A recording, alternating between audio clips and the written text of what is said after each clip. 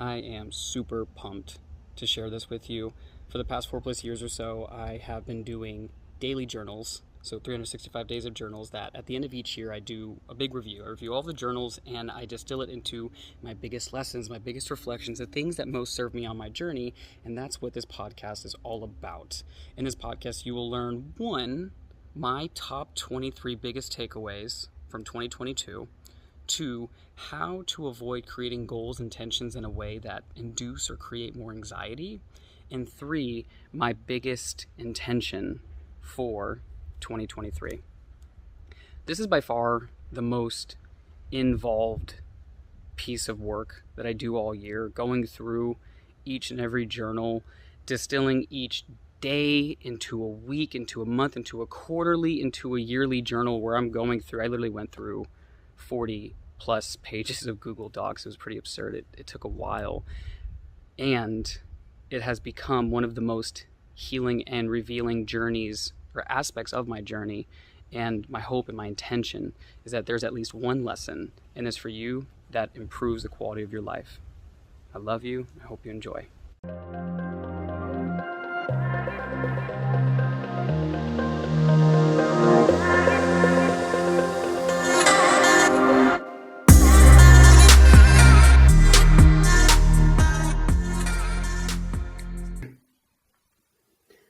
23 lessons for 2023.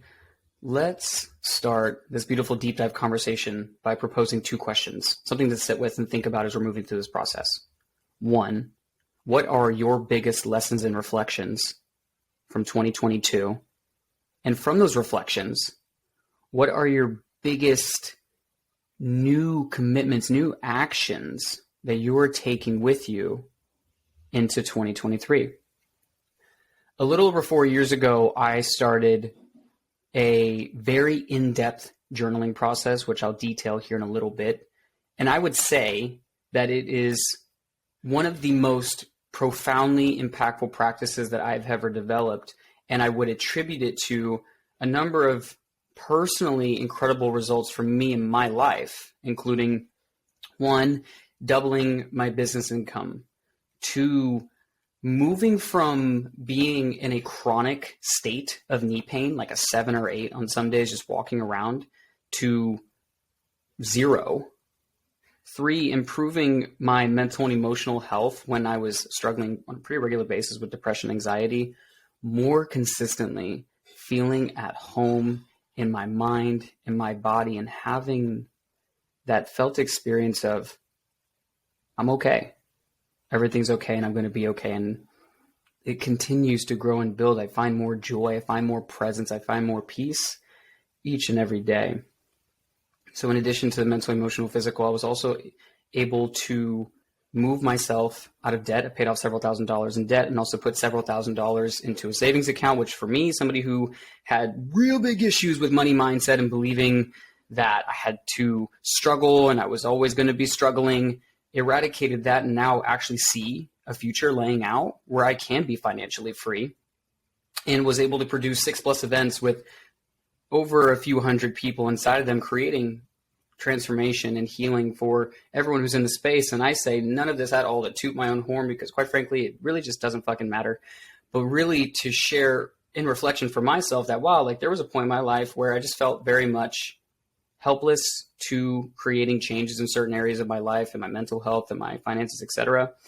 And through reflection, through going and doing shit, and then thinking about the results that those things produce, the results from making a better financial decision or a diet decision, etc., I'm now seeing how I can truly be at cause versus being at the effect of my life. And I attribute it heavily to this practice, and is actually what the intention of this conversation is to share with you through my reflection of 2022, the 23 biggest lessons that I took from that year into this year. And my hope, my deepest hope, is that you'll find at least one that is going to serve you in the next level of your growth, your healing, and your transformation. So we're definitely going to enjoy that. And also make sure you stick around to the end, because I'm going to share my personal biggest lesson and intention heading into this year. Now, before we get into all of that, as always, I like to say this quote into redundancy because I think it's so important. It comes from Bruce Lee, and it says, absorb what is useful, discard what is not, and add what is uniquely your own. For everything that I'm going to share and everything I'm going to say, these are my lessons, these are my reflections, and none of these are meant to be your truth. Your deepest resonant vibrational, like, yes, this is a fuck yes for me. I'm not saying that. What I am saying is these are the fuck yeses for me. And if the shoe fits, put it on. And if it don't, toss that bitch. Or if it kind of does, but with like a little bit of tinkering, then tinker it and make it work for you. Without further ado, let us jump all the way in. So I started mentioning that I have a journaling process, and my journaling journey started kind of roughly back in 2018. I have a mentor. Actually, it probably started longer before that, but I have a mentor. His name is Dr. Sean Jennings. He's a clinical psychologist, a genius of a human being. He has been one of the most influential people in my life in empowering me to become the best version of myself, very simply. And for a long time, he kept saying, when I talked to him and we'd reflect, like, hey, I'd love to get some of your advice on, how to improve different aspects of my life. And he offhandedly said, you should consider picking up a daily journaling practice. And at the time, I was not in the space to receive that. I tried doing it for a couple of days, but then like sticking with it. And like some days I was tired because I had work, or I had just a lot of things that were stressful. So I was very stressed, and thusly making time to go and do that practice just seemed like out of my way.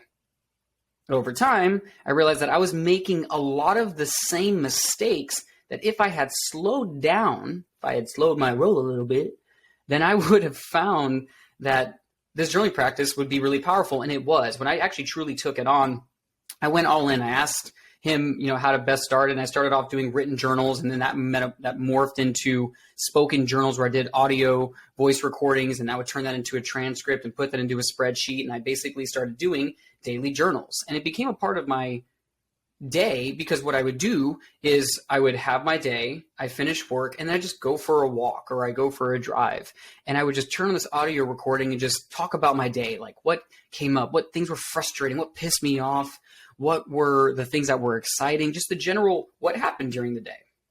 Sometimes I was talking about just shit I was moving through, like, today I was like, moving through some weird depression and wasn't really knowing the source of it, or reflecting on an exchange that I had with a friend of mine that I wish had gone a different way. Like whatever it was that was on my mind, I would talk about my day, what I was moving through, or just the things I was really excited about and giving gratitude. I put it all into a space where I could just reflect, externally express, whether it was written, whether it was an audio note, or whether it was a video. Over time, I found that video or audio was the best for me. It was the easiest to keep consistent with. That turned into a daily practice. And then I started taking not only that journal, but also a series of questions. There's probably there was some point like 10 to 15, and now it's kind of whittled down to like 10-ish questions that I would ask myself each and every day, from what are my biggest goals? Did I do that or did I not? What do I want to start doing or improve, stop doing or remove or let go of? What do I want to change or improve? What are my biggest lessons? What was something that really pissed me off? What do I want to create? Like I just started asking myself a lot of questions to reflect, to get more clear about what it was that I wanted out of my life. That spreadsheet turned into what has now been a 4+ year process where I do daily journals. Now, I don't always get them exactly done in the day, but I always go back and redo the journals that were missed. And thusly, I have 4+ years of spreadsheets and just literally just tons of data you can imagine.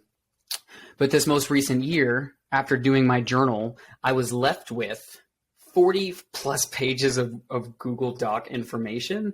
And after I sifted through 40+ pages of that information, I was left with what we're going to be talking about in this conversation today, which might sound a little asinine, and a little bit it is, and it took a whole bunch of fucking time.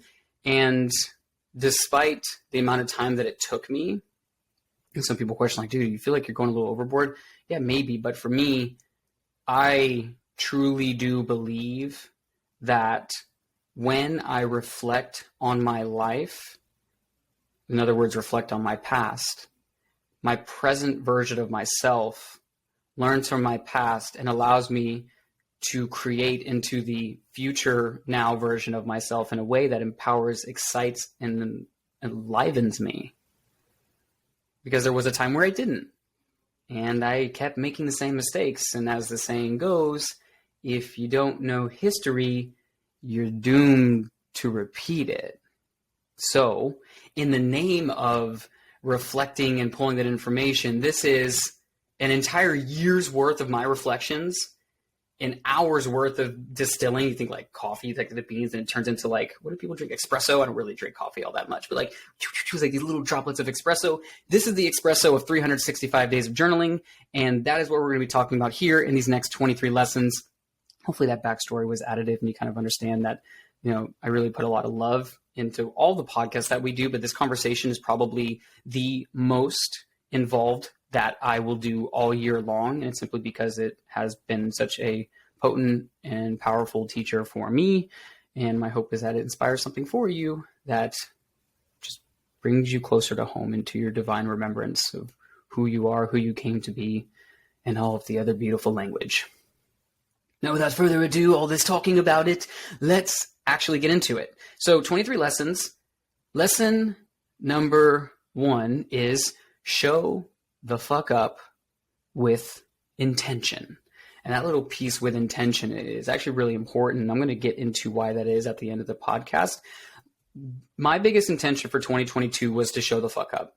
And by the end of 2022, I had produced all these results. I had grown business, improved a number of elements of my mental and emotional health. I started making improvements in my diet. I was reducing pain in my body. I was having better, more connected relationships with my friends and family, dealing with the shit that was keeping me from being at peace. Just all areas of my life improved. It was the first year I could actually confidently say that all areas of my life were improved. And that was because I showed the fuck up. That was my intention. And admittedly, at the end of the year, I found that I was very stressed, very overwhelmed by a number of things, but particularly because I had too much on my plate. I had spread myself too thin. If you think of like a plate of food, I had like a whole bunch of chicken wings. I had a big old fat stack of macaroni and cheese, mashed potatoes, asparagus. I had a bowl of cereals, all these things that just don't make sense. But just imagine like a heaping, whatever plate you think you had for Thanksgiving that was big. Now imagine eating every single person's plate in the room. That's what it felt like in my brain and in my body. So although I was creating results, I was also feeling super spread thin, super anxious, and it felt like I could never slow down. So showing the fuck up, meaning being present, going all out, and doing it with intention meant I'm going to be more intentional about what I say yes to, about what I'm committing my time and energy to, because when I do have fewer things as opposed to having 10 things that I'm showing up for to the best of my ability, but also being very spread thin. It's like 10% here, 10% here, or however you allocate the percentages. Instead of having a bunch of things that I'm feeling spread thin on, what if I just had 1, 2, or 3? And what if I did those so fucking good that they flourish, and then I can allocate that energy into maybe the other things that I wanted to do? So for example, doing a podcast, having 2 businesses, being in a relationship, wanting to spend time with friends and family, wanting to spend time with myself, wanting to improve the podcast, there was just so many things that were pulling and vying for my attention. Me saying I'm going to show the fuck up with intention meant I'm going to be better about honoring my bandwidth and moving from that space. Because when we do show up with more intention, we know why we're there. We have clear reasons because we want to have reasons, our reasons for showing up are just as important as showing up. In fact, potentially more important. Because sometimes by honoring our sacred no, we make more space for our fuck yes and our sacred yes. And everything shouldn't just be a yes because of obligation or what we worry about other people are going to think about us if we do or don't show up to that party that we were invited to. Sometimes it's okay to just say, I ain't got fucking space for it. And that is okay. Lesson number 1. Lesson number 2. The pain of loving fully and having one's heart broken will never trump the pain of never having fully loved at all. Whew. This one's going to be a toughie.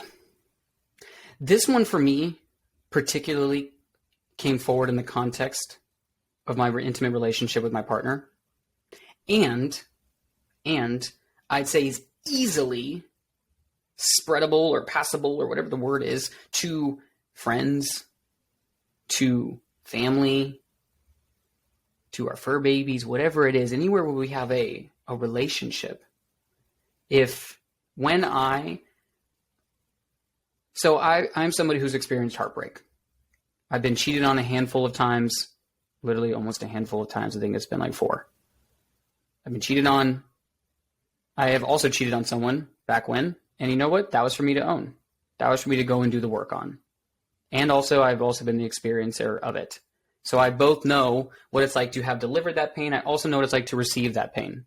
Hell, you might even say the one time that I did it is the reason why I experienced all those other times. But that aside, point is that I know what that felt experience is like, and I know that that felt experience creates a flinching. Because if you get cheated on by someone, then when you move to your next relationship, subconsciously what's going on behind you, so our subconscious mind being our body, as Dr. Joe Dispenza says, and 95% of all behavior is subconscious. If I subconsciously fear having my heart broken or being cheated on again, then I might be more nervous to let myself express that love fully again. In fact, I might do what I said in that moment, like a lot of other people have said. I'm never going to love again. I'm never going to let myself. It's like when you get drunk, you get super trashed, which I don't really do that all too much, but I have. And you have the whole like, oh, I'm never going to get drunk like that again. Or, insert whatever thing you do. It's that shit. And then you end up going to doing it the next day.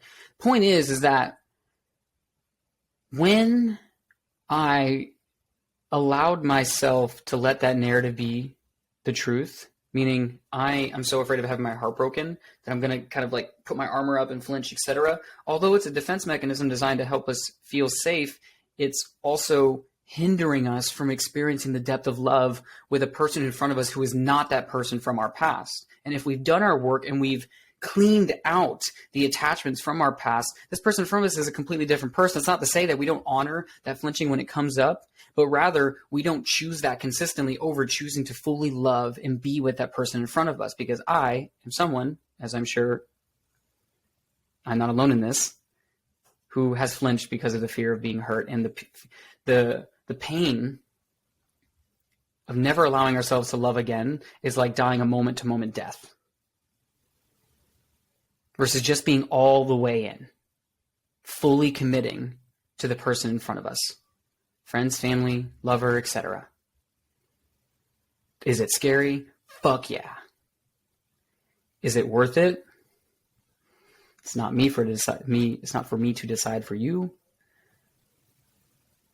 But I've noticed pretty consistently that when fear is in the driver's seat of my life, and the reasoning behind that fear is because I've been hurt in the past, typically that's trauma, pain, etc., that I need to go and kind of dig out, acknowledge, do the healing work and release so I can make space for the infinite potential of love to flow in through me towards someone else, because that experience is far more lively than the one stricken with what if it happens again. The thing that I'm realizing is it could happen again. And when I accept that truth, I make space for, and it could also not. And I'm going to invest more in that.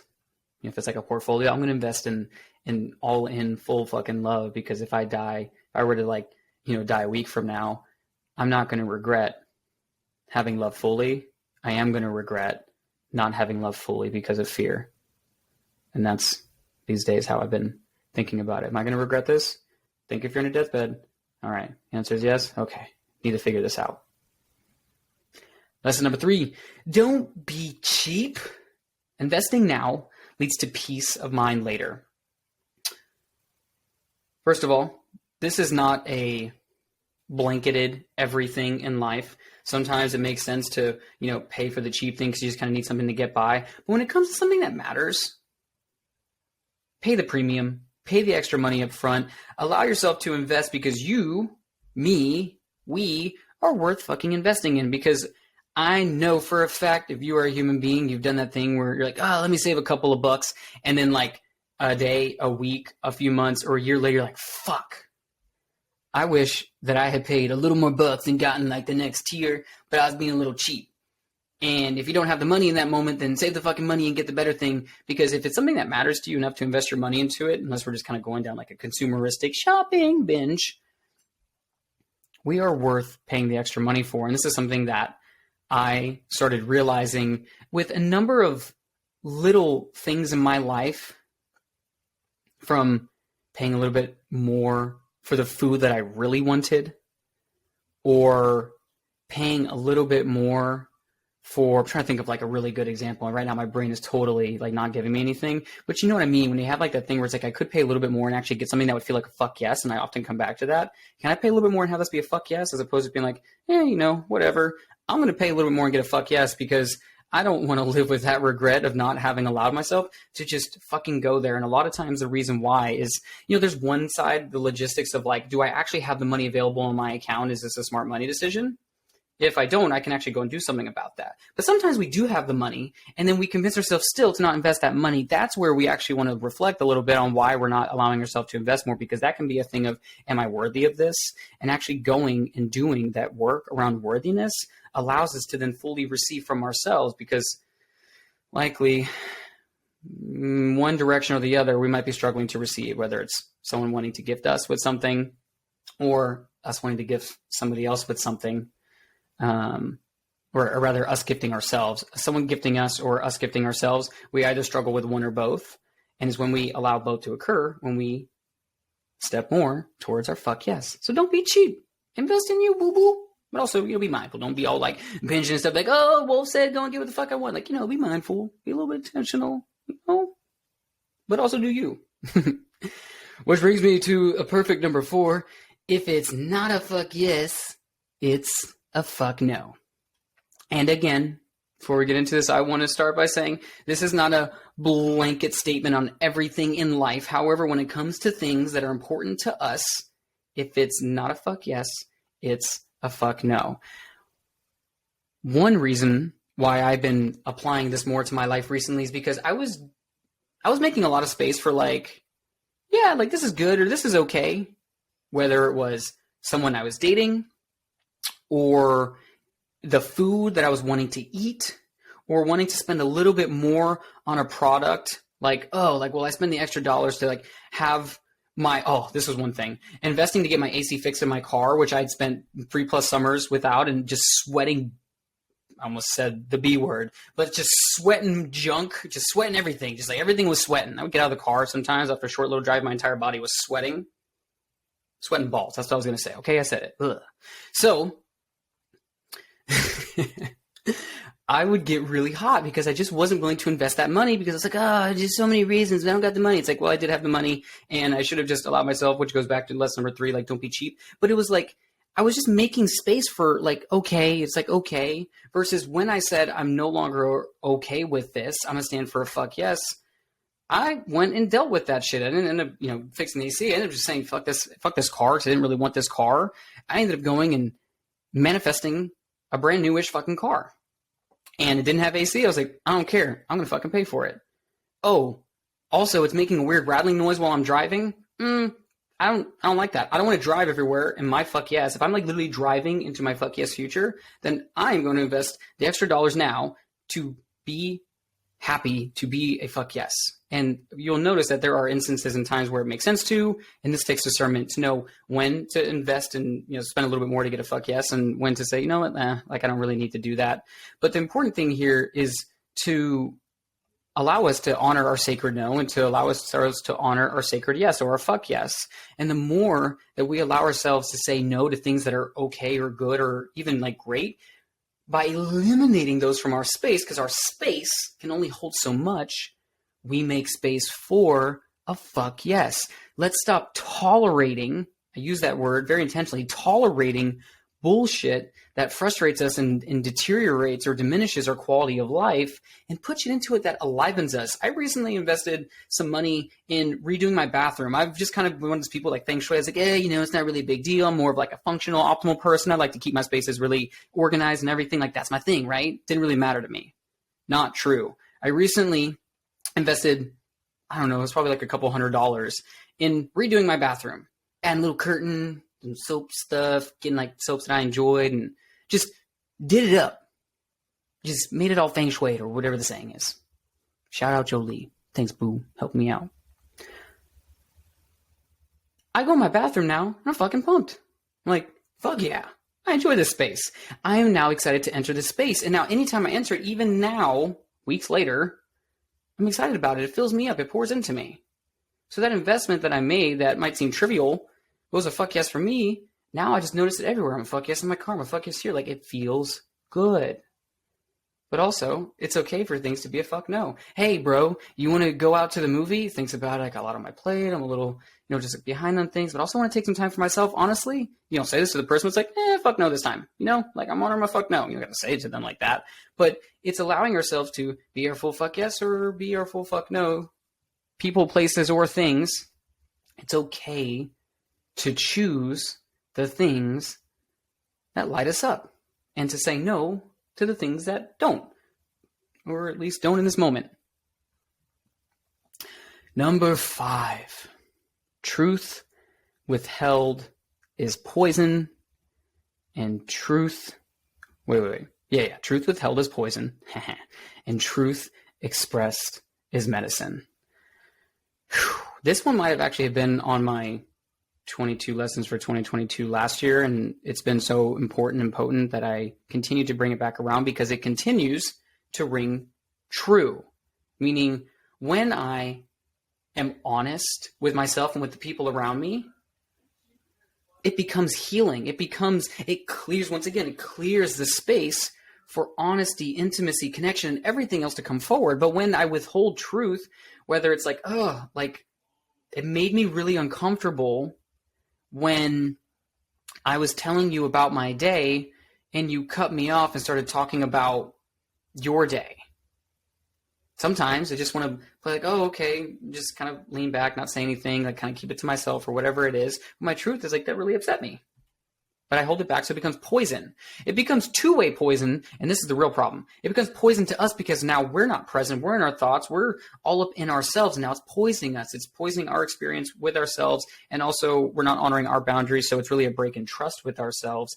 And thusly, it is also often being poisoned towards the other person in this relationship or in this conversation, because now it's filtering our experience of that person. Maybe we're starting to believe or think that they don't value our words, especially if they do it consistently. So then in us holding our truth, we become poisoning ourselves in the relationship, versus if we dealt with the uncomfortable thing in the moment and said, hey, just wanted to express that when I was sharing about my day and you started sharing about yours, that it had me feel not heard and not really like cared for in what I was expressing.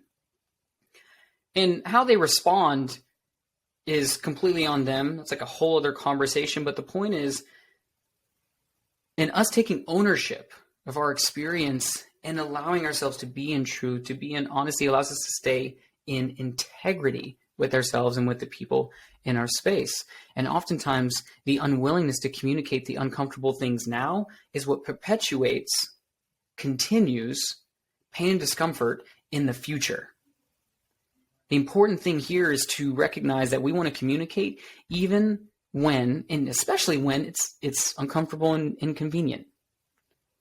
Because when we commit to using truth as medicine, using our word as medicine, we create relationships with ourselves and with the people that we love and care about in a way where we say, you know what, sometimes it's going to be uncomfortable. It's not always going to be fucking sunshines and rainbows. Fuck all the spiritual bypassing thing. Everything's supposed to be all great, sunshines and rainbows. It's all light. Fuck that. It's not true.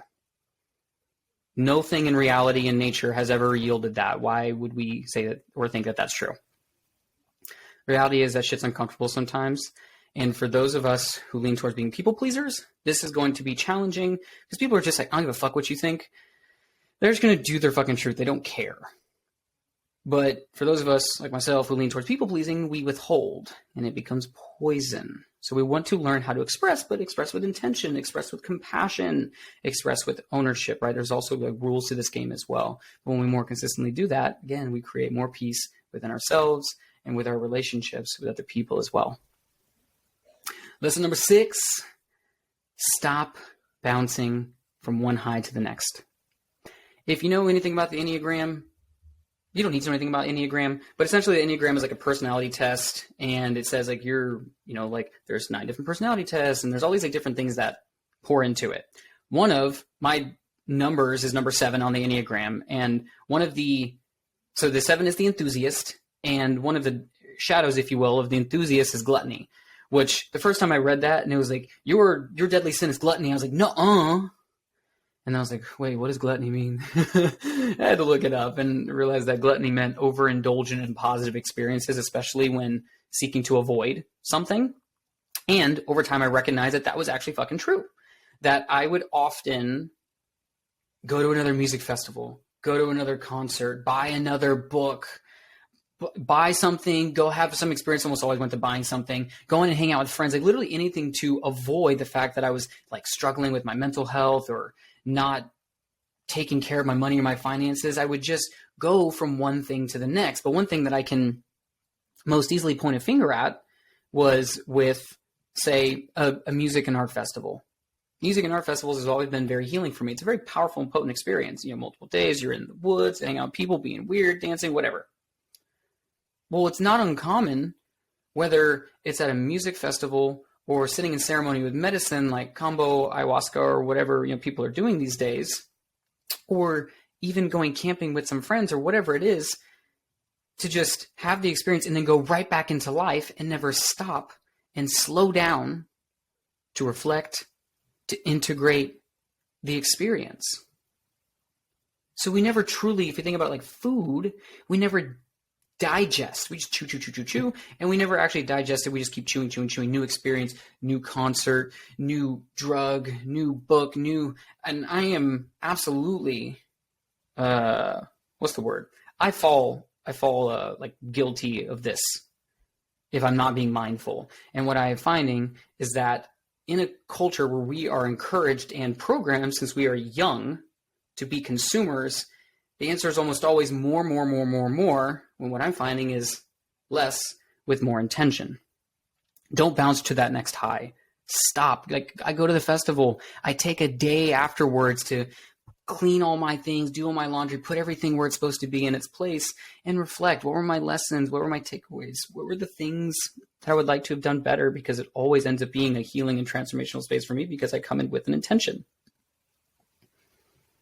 Taking time to pause, to slow down, allows us to enjoy the precious moments of life more and get really connected to the power of an experience versus seeking to fill a hole that can never be satiated by more. Right? Filling a hole versus becoming or remembering our wholeness. The difference is intention, and the difference is whether or not we take time to digest our experiences. Lesson number 7, learn how to suffer with intention. I love this one. I honestly think it's probably going to be triggering for some, but I love it. And the reason why I love it is this. I committed last year to get what is referred to as a Spartan trifecta. And a Spartan trifecta, Spartan races, you ever heard of them? It's like running with obstacles. That's like the simplest way to describe it. It's running with obstacles. And they have all kinds of obstacles, from like swimming through mud or climbing a rope or putting a big ass, what they call an atlas on your shoulder and walking around. There's all kinds of cool shit. If you've never done one, I highly recommend it. Anyone can do it. So long as you honor your body if you have injuries and stuff like that. But literally all walks from tall, short, wide, thin, more muscular, less muscular, like any shape and size, they exist there. They're really great. I highly recommend checking them out. I committed to doing a trifecta, which is a 5K, a 10K, and a 21K race within 1 year, which I am not somebody at all who likes running at all. Like, not even a little bit. I did like obstacles. But I saw it as something I wanted to just challenge myself to do. I was like, let's try something new. Fuck it. Did my first race, loved it. Ended up going and doing 2 more races. But during the second race, I was running with a couple of friends, and this race we were in South Carolina, and it had some decent sized hills. Like there was some decent landscapiness, just like ups and downs, etc. And it's on those uphills when you're just really fucking going through it. It's like, oh, wow, this is a struggle. And there was one point in time where one of my buddies had run past me, and I could tell that he was struggling. I could tell that he was suffering. And somehow he was choosing to lean into his suffering.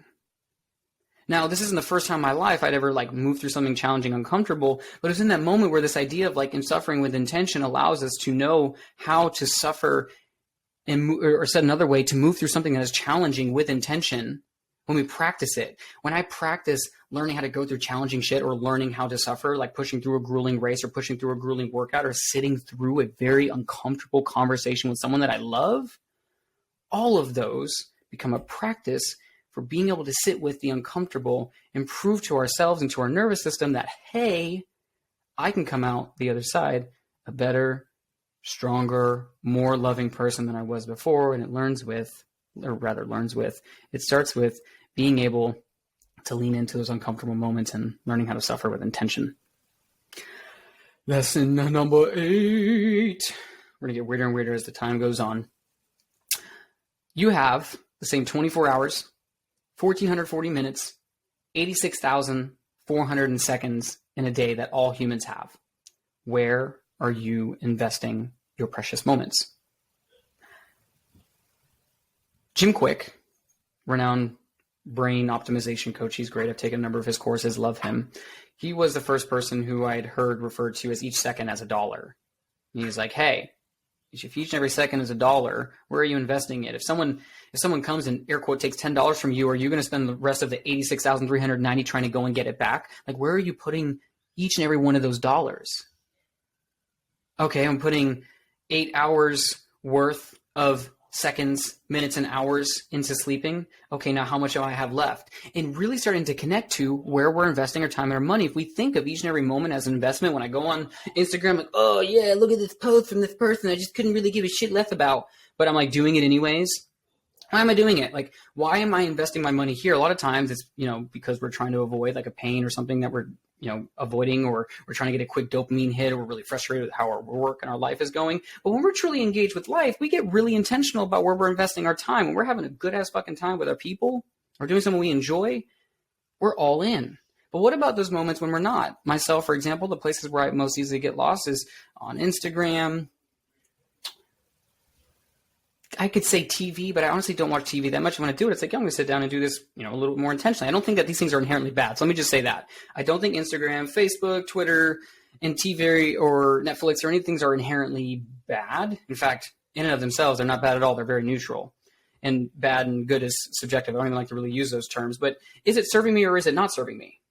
And the reality is if we're being mindful about how we're investing our dollars, our seconds, our precious moments on this life, then it's okay to have some of it where we're investing it just to chill, or watch a documentary, or watch our favorite TV show. But if that's the main thing that we're doing, then we're wasting away and sacrificing a non-renewable resource. It is a non-renewable resource that we can never get back. From the moment that we're born, we are dying. There is a clock with a set number of seconds that we are, metaphorically born with. And every action that we take is either removing with greater speed the seconds from our life, or adding depth to those seconds that we have now. There's a whole conversation on whether we can actually add seconds to our life, which I'm kind of inspired by that conversation. I think the answer could be yes. But the main point that I'm trying to make here is that we need to be more mindful with where our seconds are going.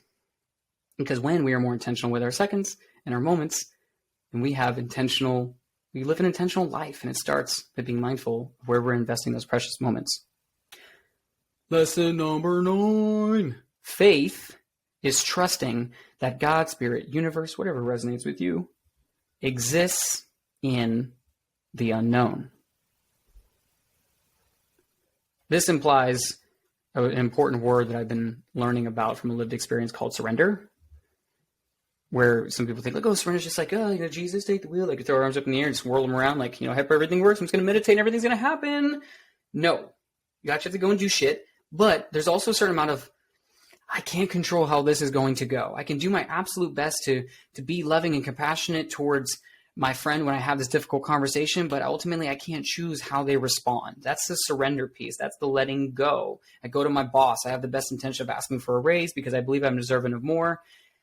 How they respond is outside of my control.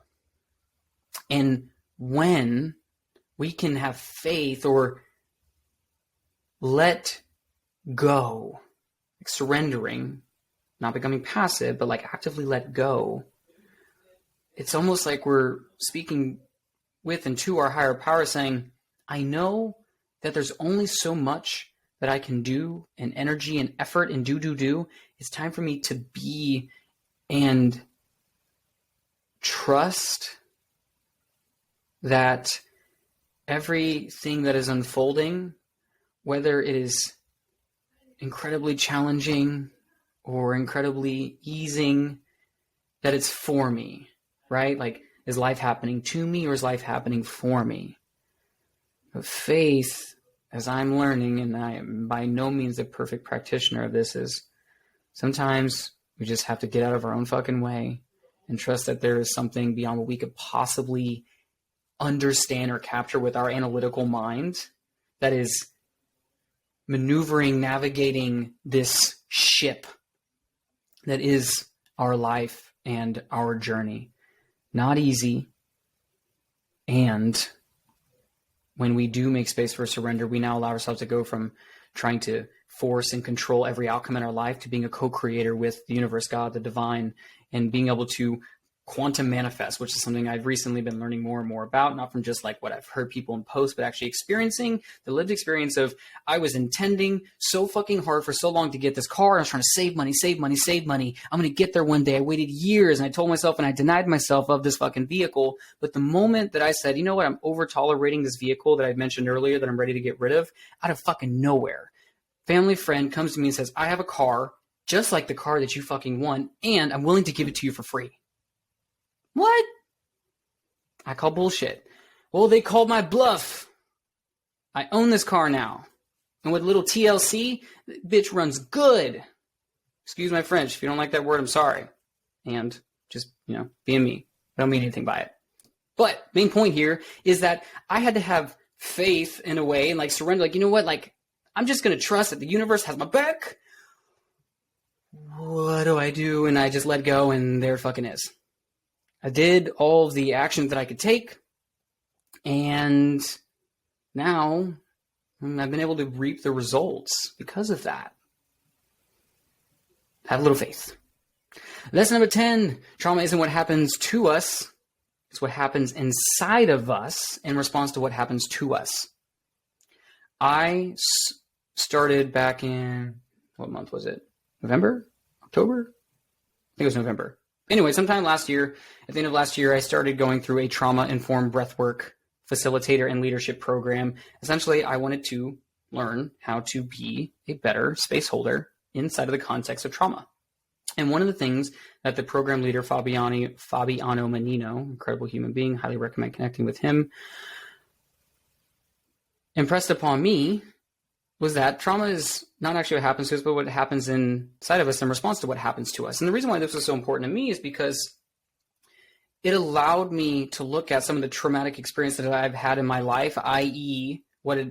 being sexually abused as a child, and being able to see like whatever happened is what happened, and I can go through the practice of forgiveness. But the reality of the real trauma is the stuff that's actually going on inside of me. It's not actually what happened. It's what my body is registering it as. How is my body holding on to this trauma or this pain? And what work do I need to do in order to release it and relieve it so it's not continuing to just take up space in my body and not pay rent and be the silent puppet master of my life? It's like, hey, who? Like, this is, yes, you're allowed to be this way or not be this way. You're good enough, not good enough. Like, got to move through the things that were happening inside of me. And although this is like a slight distinction, it was powerful for me in recognizing that,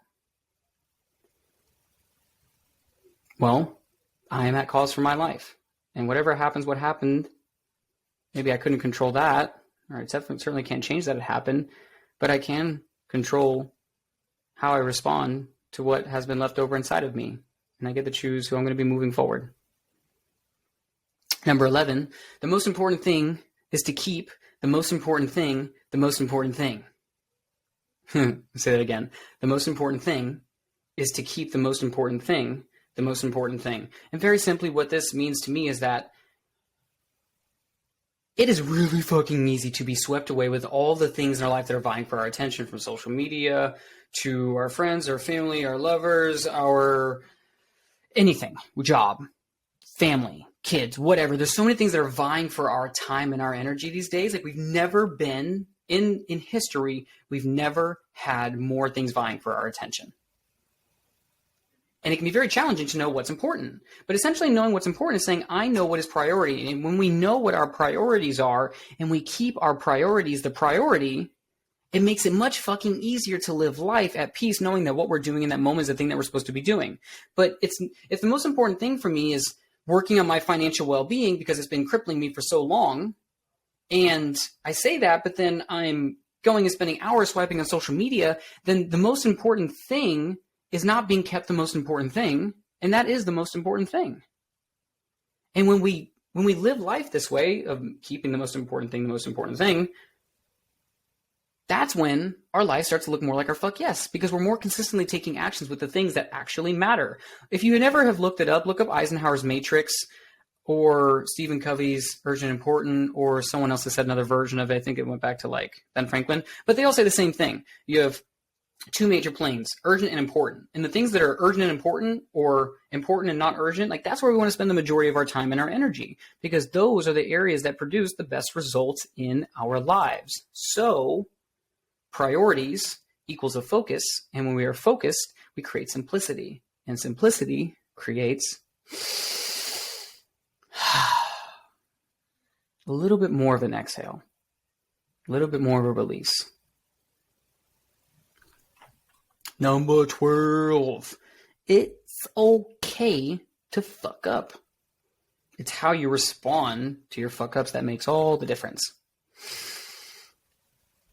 If you have ever struggled with perfectionism like me, or you became so anxious about how to respond, or how to show up, how to act, because of the fear that you weren't going to do it right or do it perfect, that shit fucking sucks. It's not a great way to live life. It never has yielded a fuck yes life for me. And very simply, all I'm going to say is that it's okay to fuck up. In fact, I'm learning that it's actually so much better to take imperfect action with good intention and to fuck up and to learn, because once we realize, well, like, once we go through enough fuck ups and we learn, we realize that there is really no such thing as a fuck up. There's just, like, there's no like failures in life. It's like, oh, it's like, if you fail, you learn. It's like, the only failure is the failure to learn. The only fuck up is continuing to make the same fuck ups. We just gotta, do a little bit better. But when we fuck up, air quote, fuck up, it's how we respond after that, how we show up, how we take action, that determines how well or not we are showing up. Because I'm going to say the wrong thing to my partner in the moment. I'm going to make a mistake at work that I'm like, oh, I'm going to get fired over. Or say, oh, your butt look, fat in those jeans, or like whatever the thing is, like whenever you do something, you're like, oh, I can't believe I did that. Or we didn't, do as well in our art as we would like to. Or I'm going to create a podcast like this, or I'm going to be more, like right now, one of my things is like being more true to myself. And like, I curse and I say certain things that I realize are going to be triggering for some people. But if you know me well enough, like, I'm just a silly, goofy motherfucker. And I just say shit sometimes that, whatever, it comes out of my mouth. Like, I don't mean anything by it, but like, I'm going to make mistakes. And my fear of being canceled or not being enough or whatever it is, I'm still not choosing to let that be the thing that is driving my life. So when we surrender the perfection for, I'm willing to take imperfect action and just show up to do my best, long term, we will find that there is more peace on the other side of that than there is with trying to calculate every tiny fucking micro decision that buries us beneath the earth with the pressure of being perfect when we can never be perfect. And trying to be perfect just creates paralysis. As saying analysis paralysis, it creates paralysis. It creates anxiety. It literally creates anxiety. And you know what? Fuck that. Just keep getting better, step by step, moment by moment. It's okay to fuck up. Lesson number 13. You can hit rewind or replay on your TV or on the TV or your phone. You can't, however, hit rewind on the precious moments with the important people in your life. This lesson has come through a number of times, but there was an instance where I was sitting down with my partner watching, pretty much it was like we were laying down, we were cuddling, and I got so wrapped up in the football game that was on the TV, and this happened, like watching TV or watching, some other show or whatever, or being on my phone, that I was missing the thing that person was saying, that they were sharing something really emphatic. She was sharing something really emphatic, and my wanting to see this so bad, seeing, did they score the touchdown? Like whatever it was, I wanted to see it so bad that I totally dismissed what was being said to me. And I ultimately didn't receive that fully, which, oh, by the way, ended up having that person feel like not seen, not cared for, that what was on the TV was more important than hearing what she had to say. And this isn't the first time that this has happened for me in my life, whether it was football or checking something on my phone. I've now started working on building the new habit called if I'm watching TV or I'm swiping on my phone or whatever it is that I'm doing, not that I'm trying to do it more frequently, but if I am and someone's vying for my attention, I can either one, communicate, hey, I don't have space for it right now, or two, I can pause what I'm doing and take the moment, in this now fucking moment, to be fully fucking present, because I cannot get back those precious moments with the important people that I care about. I can, however, go back and hit the rewind and see, did they score the touchdown, yes or no? Or like catch the replay on fucking ESPN or whatever it is. Life is happening whether we choose to participate or not. And the degree to which we choose to participate with life is the degree to which we are going to feel alive. Alive. See what I did there? One day, final second's going to tick off the clock. Am I more likely to be regretful of missing that touchdown live, or missing the smile and the words and the felt presence of that human who's next to me? That's a good indicator. Lesson number 14. Flow follows focus. Distractions break focus. Flow, as Stephen Kotler describes it, is an altered state of consciousness where we feel and perform our best. Said another way, it's being in the zone. In flow, it feels like everything is just effortless and with ease, and we feel fully engaged in the deep now. I'm certain you can think of a moment in your life where everything else evaporated and you were just fully fucking present. Maybe it was reading a book. Maybe it was watching an incredible movie that was captivating, or a very special moment with a significant other, or some other transcendent or transcending experience in life. That can only happen when we're focused. For example, right now, I'm very heavily focused on this podcast right now. There's a bajillion other things that are happening right now in the world. I am choosing to focus here. And there are moments when my distraction, like I'll hear something jingling back over here behind me, or like something is out inside of the window and it breaks my focus for a moment. And it's breaking my flow, even for just a second. It's pulling me from my now, from this experience I'm having right here with you as I'm talking and sharing these thoughts and ideas about the 23 lessons for 2023, right?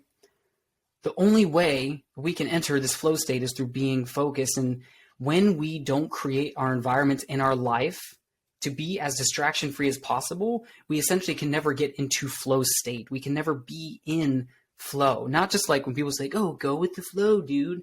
And they just like kind of like passively float through life as if like that's how it works. No, like flow is an active process and it requires our focus. It requires all of our attention because as the saying goes, where attention goes, energy flows. Where our focus goes, our energy flows. It's all the same shit. It's got different packaging on it. But when we create an environment where we remove distractions so we can be present, like for me, it's like my phone's a big distraction. Do not disturb, turning it off, putting on the app. I have an app called Stay Free that keeps me from getting to certain apps when I'm working or doing other things. These distractions are disrupting all areas of our life because, it's like taking me longer to get my work done. And then my work goes longer into my evening, which means I can't turn off sooner. So now I'm like playing when I'm working and then working when I'm playing. Like I'm like trying to hang out with my friends. I'm thinking about the work that didn't get done. It's disruptive everywhere. It's disruptive from work. It's disruptive outside of work. It's disruptive in mission and purpose. Distractions destroy fucking life. Well, it's probably said weirdly, but distractions destroy our life. So best to optimize our environments to not be one big ass distraction. As the saying goes, if it can be a distraction, it is one. So let's get rid of some distractions in this. In this itch with a B. Lesson number 15. The exhale is just as important as the inhale.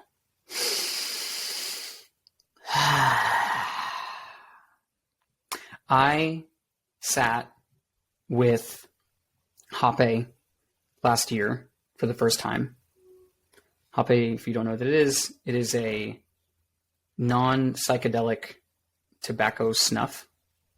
It's like you take it in terms of like through the nose like you would cocaine. I've never done cocaine, so I don't actually know like what that experience is like. But you use this little tool. It's like two different terms like kiripe and tepe, I believe. And you either self-administer or someone administers it to you, but essentially like this powdered tobacco. And when you inhale it through your nose, it has a very profoundly grounding experience. Like it really brings you into your body and allows you to flush out a lot of the distractions, allows you to really like tap into the energetic felt experience of your human experience. For me, it's been very helpful with grounding and getting present. A lot of people use it in conjunction with, meditating, because it's really good in like altering, in my experience, the brainwave frequencies to be more resemblant of that in meditation that we're seeking. Essentially, like the goal of meditation is to get to a certain brainwave state where we're aligned, if you will. If you have a goal, it's a whole other conversation. I'm not going to go down that rabbit hole. But the point is when I was in this ceremony sitting with it, there was a point where I was taking these really big inhales and just feeling the energy flow of the inhale, but I wasn't letting go. And when I really exhaled and let go, you'll notice that when you inhale, you expand. Taller diaphragm is expanding, it's filling air. But when we exhale, we're starting to more like slump and release and let go. Sun energy, inhale. Moon energy, exhale. I have had a tendency towards being so in the inhale, the go, the do, the masculine. But what I wasn't making as much space for was the exhale, the release, the being, the surrender, the feminine, the yin. See all these different analogies all pointing in the same thing. Yin, yang, push, pull, black, white. The whole metaphor is so good. But essentially what it showed me is that I needed to harmonize, just like the yin yang, harmonize. I needed to harmonize my exhale in life. I had to make more time for me to let fucking go. To slow down, slow the fuck down.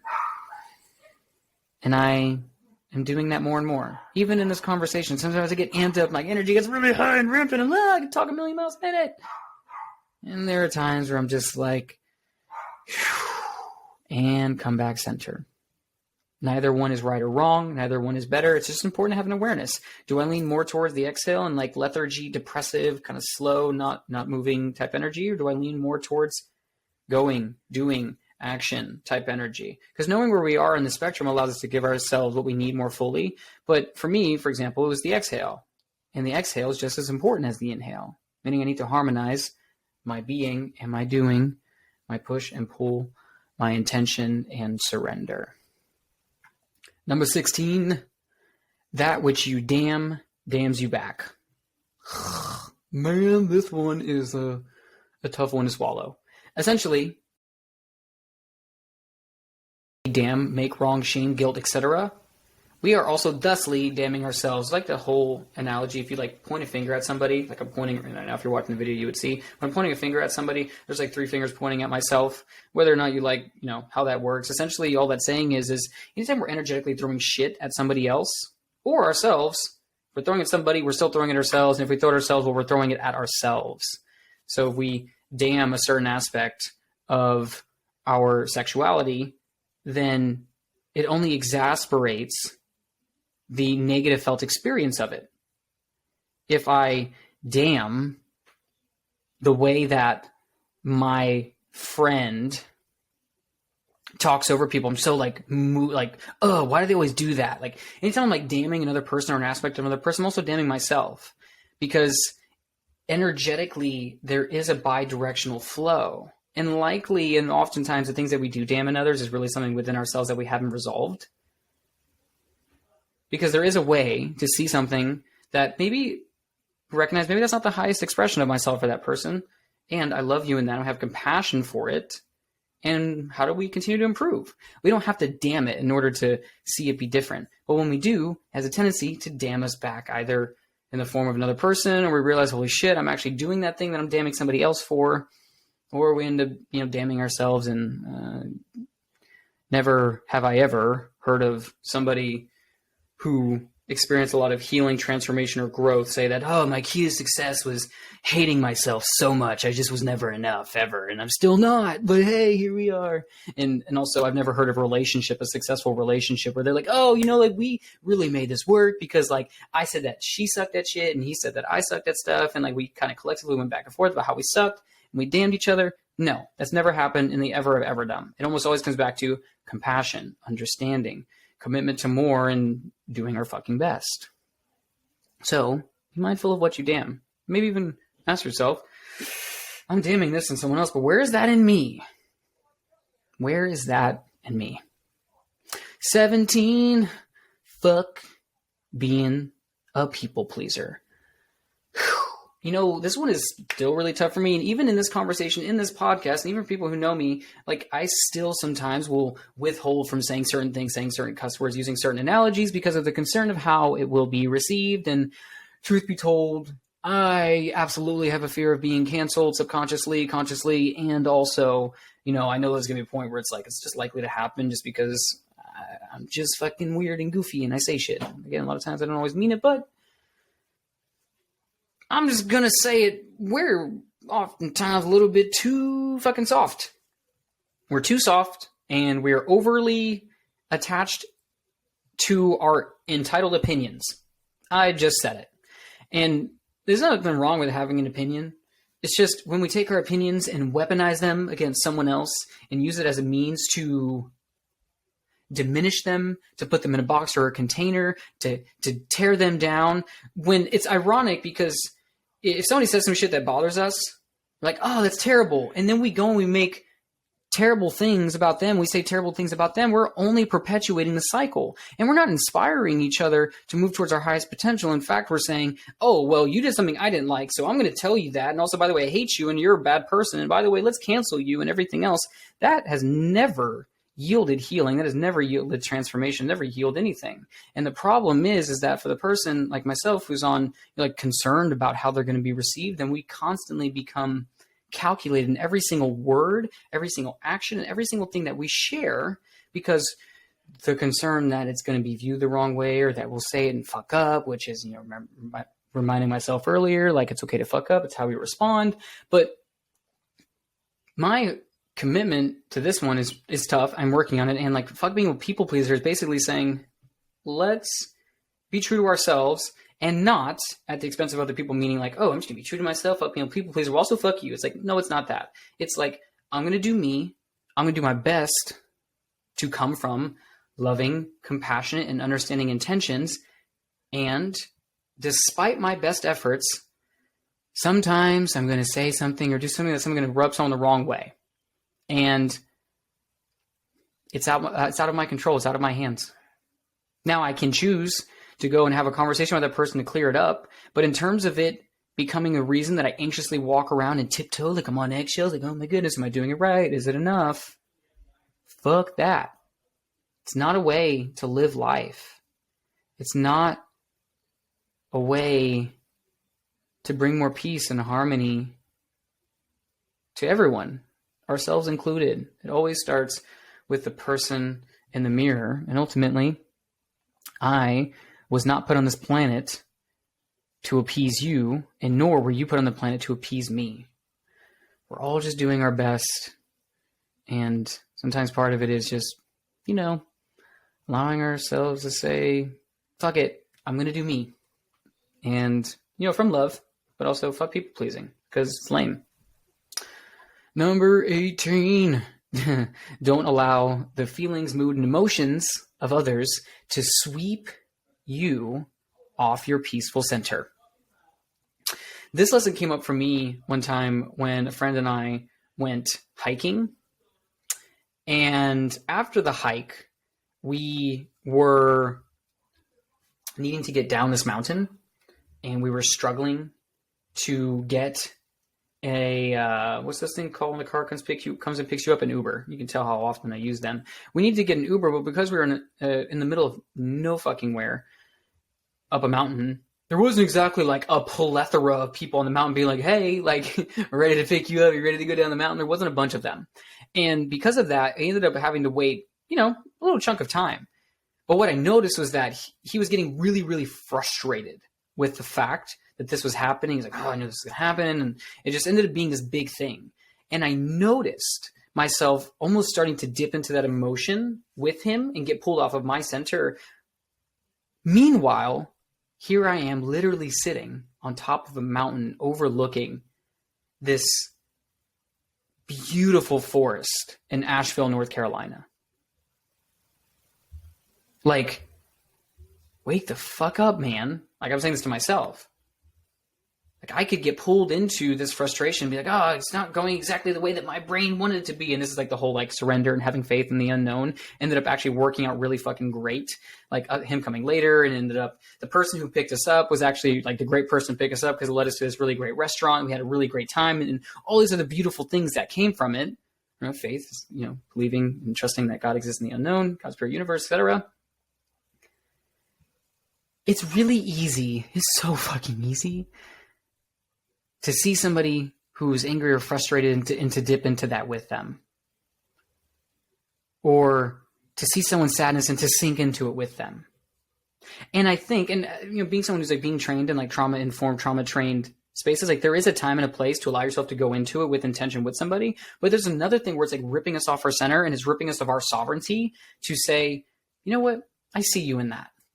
And I'm still just going to be over here, be my goofy old fucking self, enjoying the shit out of these beautiful Asheville mountains. It's a choice, in my opinion. I can choose to remain center. I can choose to go into it. Of course, sometimes it doesn't feel that way. But just because someone else is swimming in their frustration doesn't mean we need to let them pull us in that pool of frustration with them. Lesson number 19. Holy crap, we're already through 19. It's funny. At first, I was like, I wonder if I'll get this done in like 30 minutes. And I recognized that was never going to be a thing, that this was like a really deep dive. And I'm glad that we're doing it this way. Lesson number 19. It's inconsiderate and immature to surprise another human with the, air quote, we need to talk conversation. Ooh. Be honest. Have you, giving or receiving, have you ever given someone the we need to talk? Like you shot them a text, you're like, hey, like we need to talk. And then like ghosted them or didn't say anything after that, or was just like left them on the fucking hook? Or vice versa. Have you ever had someone do that to you? Hey, I really need to talk to you about something. Okay, let's talk. No, not right now. It's not a good time. What? Full transparency? I've done both. I've done less of the giving it to other people, but I have done it. And actually, this is a great story because there was actually one instance this past year where I needed to have a conversation with a brother of mine. For me, it felt like there was a number of things that he was committing to doing and he wasn't following through. It's very frustrating for me because it was taking a lot of my time and my energy. And I was like, can you follow through on the things that you said that you were going to do? So I was like, we need to have a conversation because it's like really disrupting my experience of you and our working relationship. So I was like, hey, can we connect? This is one way to do it. It's like, hey, can we connect? Yeah. And then we got to the physical location and I dropped this bomb on him of things I wanted to talk about. And one of the first things he said to me was like, whoa, like, I wish I had known that all of this was weighing on you for so long. And like that I would have known coming into it. So I could have, like mentally and emotionally prepared. And it was in that moment that I realized, wow, like that was really inconsiderate of me. It was really inconsiderate. And quite frankly, I can call it immature for myself because like I thought I was being well-intentioned because like my intention was, I just don't want him to I don't want him with like, we need to talk and like have him sitting in it for like whatever period of time. So I was like, oh, like, let me just, not make it a thing. But his response to me was no, like, you don't have to tell me everything. You should be like, hey, like there's something I'd like to talk to you about. Like there's something that's been frustrating me in like our relationship, but like, I don't want to, get into all of that now. And I don't want to like leave you in it, but I just want to make space for to talk about some things that have been kind of weighing on my head and my heart. So then if the person wants to ask more questions, they can, but I'm not just throwing shit onto their plate to be up about, to like have to deal with it because it's so like, it messed with him and it messed with me knowing that I could have been more intentional about it. So when it comes to this one, I'm just going to say it like it is. If we are using we need to talk as a way to communicate, it's manipulation, it's bullshit, and don't do it. It's just not fair. It's not fair to me. It's not fair to you. It's not fair to anyone involved. If there is some shit that we need to talk about, then be honest. Like, hey, there's something that is weighing on me. Can we talk about it? And don't say that and then like go ghost and not make yourself available because that's another form of manipulation. It's totally inconsiderate. It's totally immature. It's not spiritual. It's not anything. It's just bullshit. It doesn't serve anybody. In fact, it's likely a mechanism that we learn from our parents or something otherwise, or we learn like, oh, like this is how you like deal with your shit. And the reality is, if you got some shit, take some ownership or own your shit. If you got something that's weighing on you, even if it was brought about because the other person, it's still your job to take ownership of it. It's your trigger. It's my trigger. It's ours to own. No one else's. It's just learning how to be, more compassionate communicators. Learning how to communicate in a way that has everyone feel empowered, that we can have difficult and challenging conversations because we're intentional about doing them. So let's be a little more considerate with how we choose to go about having those difficult conversations. Number 20. We're only got a handful more. Less than a handful. The fourth. Number 20. Debt in any area of your life, or rather any area of life, hinders us from the felt experience of freedom. This is one I've been pondering a lot because when I say debt, originally it started with money, but then I realized debt or being in the hole shows up in many areas of life. It can show up in work. It can show up in relationships. It can show up in money. It can show up in so many different ways, but essentially it's when we feel like we're in the hole for something. The easiest one to point at is money because it's so, tangible, if you will. But when I'm buried underneath $20,000 of credit card debt, $40,000 in student loan debt, and all the other different debts that we might have, and we still have money going out, and we're still spending money on shit we don't need, which is a whole nother conversation for other time. That is like a fucking parachute attached to our back that we're trying to run into our future with, but it's hindering us from moving at good pace. Because, without it, I might run at like 16 miles an hour. With a parachute on my back, I'm probably running like 5 or 6. Like, it's completely depleting my ability to be fully present in my now because I have shit that's weighing on me. In a relationship, it's very hard for me to experience love, freedom, vitality when what's weighing on me is the fact that me and my partner have been putting off, having an important conversation around whether or not we should, continue our relationship together, or if we need to, have a real conversation about like, I have these like sexual needs that I want to express. I need support in, or like the communication, the way we're communicating is not like working for me, like something, right? It could be a relationship with someone that we care about. It can be in our work. If you have like this mountain of work to get done, it can be very challenging, if almost impossible, to think about going and having a great weekend and actually fully experiencing that weekend, like being in the experience of the weekend and, going out swimming in the lake or whatever the fuck it is, when in the back of our brain, there's this unprocessed 10-inch thick worth of papers and files we need to move through. Think about one area of your life that you feel like you're in debt. And be honest. Do you feel free there? The answer is probably no. So one way that I have been learning to create more freedom is to handle that debt, i.e. I literally went and paid off all of my physical money debt. I went and paid it all off. Talk about an exhale. Talk about I don't have hundreds, if not thousands of dollars a year in credit card interest, because fuck that shit. It's a whole other conversation. But it's not promoting me in the direction of my freedom. It's very hard for me to feel connected and intimate and want to be, intimate sexually with my partner when what's weighing on my brain is that,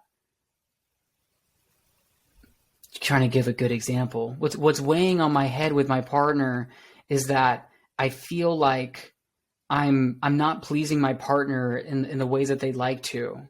So I'm trying to be present during, like, say, a sexual experience, but like I'm like, oh, I'm not, like, I doesn't feel like I'm doing good enough. Or if I really want to feel connected and intimate with them, but in the back of my head, I'm really, really stressed out and anxious because work has been so heavy. Like when I'm not communicating those things, right? Truth withheld is poison. Truth expressed is medicine. It's debt. It's a hole. And in order to be able to create a beautiful life that just unfolds in a way that I couldn't possibly have imagined, it starts with getting present as much as we can. Of course, there's like intentional forms of debt or investment, but we want to make sure that we can get present day by handling those debts, the things that are holding us back from moving forward in our lives.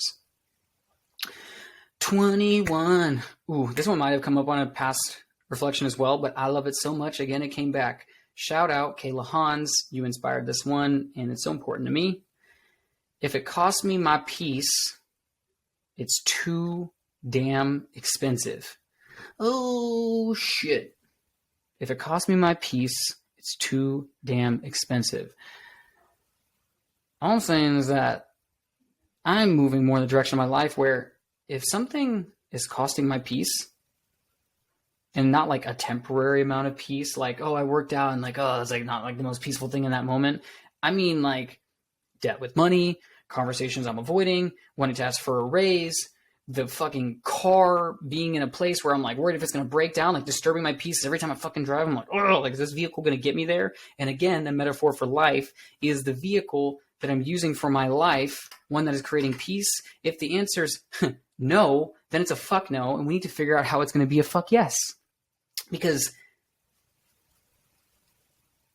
why would I spend my life, want to invest my life, continuing to have it sucked dry from the things that are not bringing about the peace? It's too damn expensive, bitch. Bye. Like, you gotta go. Hey, friend, that is my friend, but talk shit behind my back. You gotta go. Sorry. Or, we have a conversation. Hey, like, this shit doesn't work for me anymore. Communication, truth withheld is poison, that thing. Hey, friend. Hey, job. Hey, I've been working here a long time and like I've been asking for a raise, I haven't gotten it. And like this raise is going to really help me with the fact that shit's fucking expensive. Inflation's crazy right now. Asking for it. It's costing me my peace. Too damn expensive. Okay, it's time to go find another job. We have to have a higher standard for ourselves, because when we have a higher standard for ourselves in our lives, we start seeing where the shit in our lives is not meeting that standard. Jobs, relationships, etc. And we start putting on the chopping block. Do you deserve to be in my life? No, gotta go, bye. Doesn't need to stay. Cost me my peace? Too damn expensive. It's too much. I ain't doing it. That price tag's too big. Number 22. You were born worthy and enough. That will never change. 2022, I had my first experience sitting in ceremony with Combo. Thank you, Josh and Cheval Rose, for facilitating a beautiful space. Combo, which I'm by no means an expert on, and I'm not recommending anybody do or do not take it, just sharing my experience. Combo is a sacred frog medicine where you basically poke a few holes. It sounds funky saying that. I'm like showing the video. They used to have these like little marks, but they've kind of faded. But essentially you create like 3 burns on the skin, and then you administer this, I believe it's technically considered frog poison. Sounds crazy, right? There are a number of incredible benefits from this practice when done intentionally, when done in ceremony, and everything else. From mental and emotional health, I've heard things around immune system. There's all kinds of things. I'm not the expert. I'm just going to speak about my experience. I came into this container super anxious and afraid that I was going to have an outburst of emotion, anger, sadness. I wasn't really sure. The frog excrement or whatever it is was administered. I felt from the spots on my shoulder, the only way I can describe it is it felt like a wave. It felt like a wave of heat, like a firebender shot a wave of heat inside of my body, down my arms, down my chest, down my legs. Like there's just this wave of heat that flushed my entire system. And what I thought was going to be met with a big, massive outrage or outroar of rage and anger, I was met with deep sorrow, lots of crying, just like snot, tears flying all over the place. And through the void, as I'm moving through these very deep emotions, energy and motion, I heard a voice, and it said, you always have, you always are, and you always will be enough. You were born this way. I created you this way, and that will never change.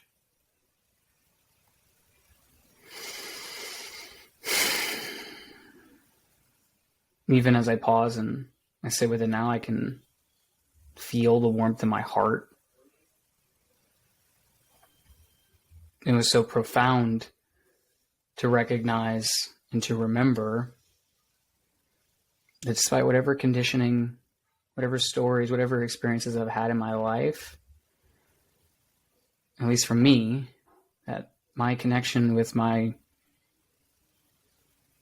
higher power was reminding me, and I share this with you because I know this to be true, I am, you are, we are enough.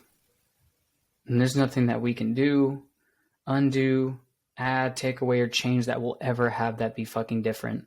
There's no amount of money, no amount of accolades, Nobel Peace Prizes, triathlons, perfect relationships. There's not a single thing that we can ever do that will make us more worthy. We just are. And that can be a little challenging to receive, especially if we've dealt with self-esteem, self-worth issues like myself, coming from a place where I truly hated myself, believed I was unlovable, no one would ever love me, I'd be alone forever. This reminder helps me to come back home. And I hope it does for you too. And lesson number 23. Honor your pace.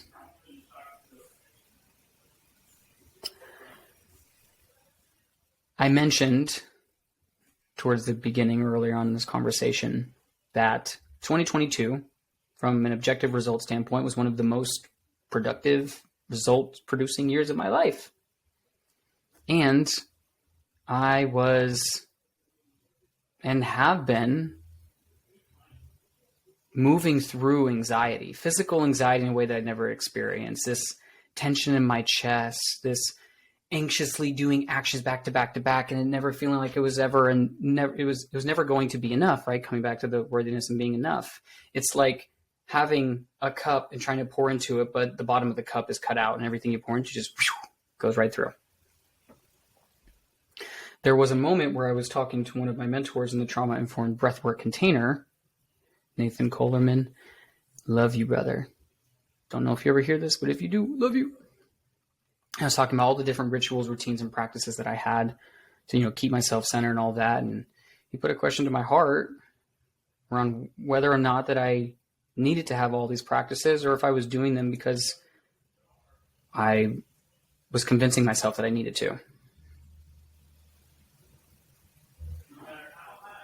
Have you given yourself the time to just do nothing, to slow down, to give yourself what you really wanted, which is nothing, to slow down, to go at your own pace versus trying to keep up with all the gurus and people who are doing, going, achieving so many incredible accolades or creating a successful business or a successful podcast or whatever it is, like just trying to get there and get there and get there versus being here right the fuck now.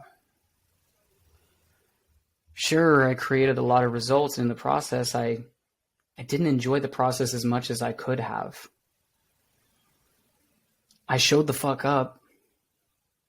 Showed up in a way I'd never shown up in my entire life. And it robbed me of my peace. And as I said, if it cost me my peace, it's too damn expensive. And if it's not a fuck yes, it's a fuck no. And sometimes just got to allow ourselves to slow down. For some of us, maybe we need to pick up the pace. Regardless, the point here is to honor your pace. Not what any other fucking person in the world, not me, not the next guru, Tony Robbins, your friend, your mom, no damn body gets to tell you what your pace is. Sometimes we need to move quicker. Sometimes we need to move slower. Sometimes we're kind of in between. But when we learn how to have the discernment for what we need in that moment, we can honor our pace. Sometimes it's a snail's pace. Sometimes it's a cheetah's pace. Whatever, insert your favorite animals there that represent that.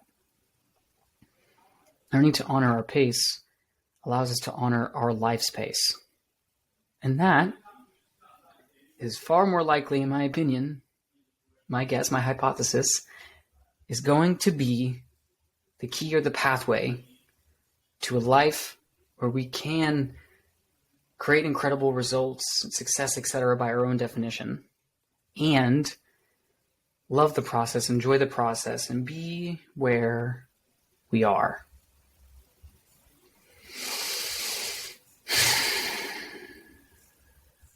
As I start to wrap this conversation, there's a couple more thoughts I wanted to throw in here, and one being that I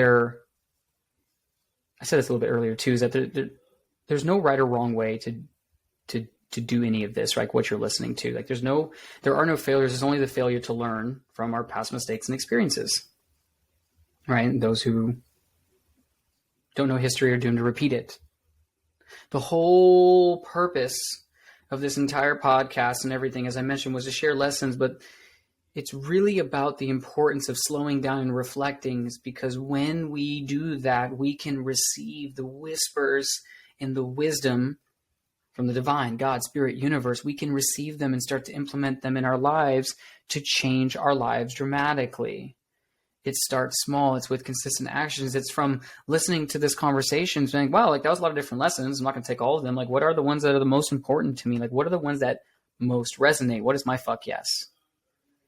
And whatever isn't, discard what is, absorb what is useful, discard what is not. Discard it. Absorb it. Great. Change it. Make it your own. Make it unique to you. And as I'd mentioned at the top of the call, I said, hey, stick around. I'm going to share you my biggest personal lesson and intention as I'm heading into this year, and an encouragement for the preparation to your year. Of course, by the time this is released, I acknowledge that it's already past the new year, we're already into it, but still timely in its own way. It's on its time and its own time, honoring its pace. My biggest lesson or intention is a combination of the first the first lesson and the last lesson. To show the fuck up with intention and to honor my pace. Because for me, that hybrid molding, I intentionally put those first and last, was because I came into 2022, my intention was show the fuck up. I did that, produce good results. I said, let's add intention so I can be more mindful, so I can honor my pace and I can go at a pace in life where I can generate those results and I can love who I am being through that journey. I'm not stopping my goal-seeking, dream-creating, fuck yes, inducing life, just doing it more intentionally. And if you're listening, if you've made it this far, my encouragement to you is this. One, don't just let this be something that you listen to and move on to the next podcast. Don't just keep consuming and doing more courses or watching more Netflix or whatever it is. It's like, don't bounce from one high to the next.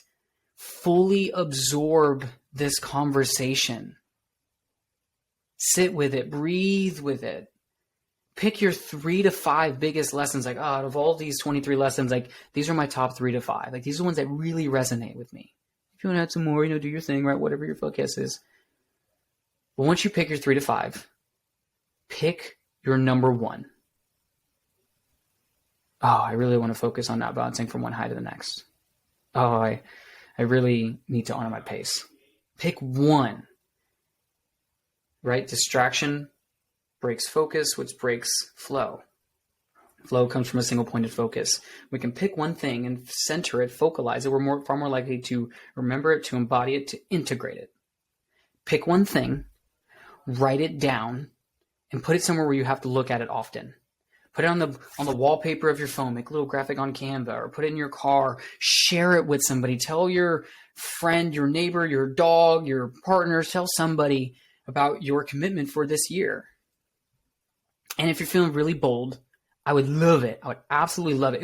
It would truly mean the world to me if you DM me or tweeted me or emailed me, email Wolf @ Castillo, or DM'd me, follow the Wolf, the E and the is a 3, which one you chose. Because as I said from the beginning, this is the thing that I put the most love and attention to all year. And I truly believe that these lessons can be powerful if you choose the ones that are useful, discard the ones that are not, and add it to be uniquely your own.